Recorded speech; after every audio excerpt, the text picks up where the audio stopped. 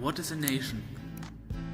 For the past decades, nations were seen as a product of either will or shared culture.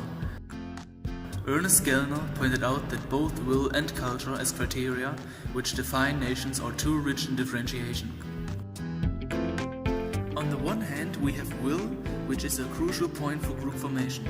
Nevertheless, because of a group having a common interest, it is not already a nation. Generally, groups are based on a mixture of loyalty and identification, but also positive or negative hopes and fears.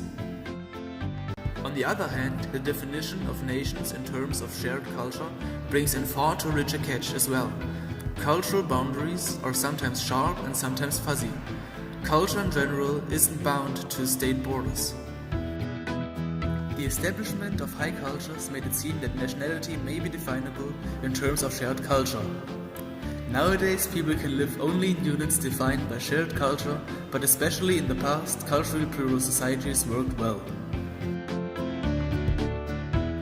But with the rise of industrialization, the economy began to standardize products and also consumers.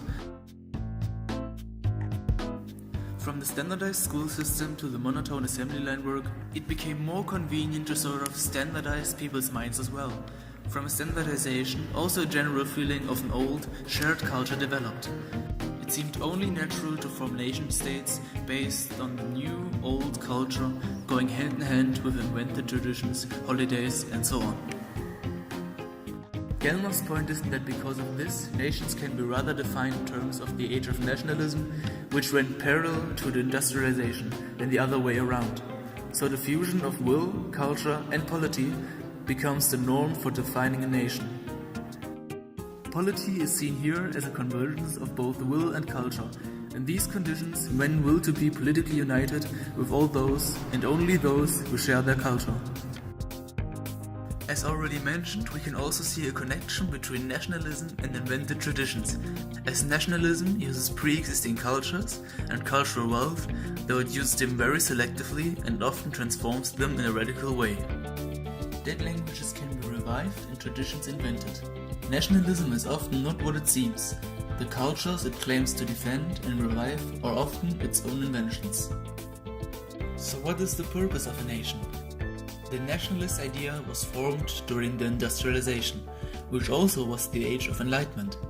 This means that while people were confronted with a new, fast-changing world, they also lost religion as a way to explain this world. Nationalism came in handy as a substitute for the god-based religions of the past.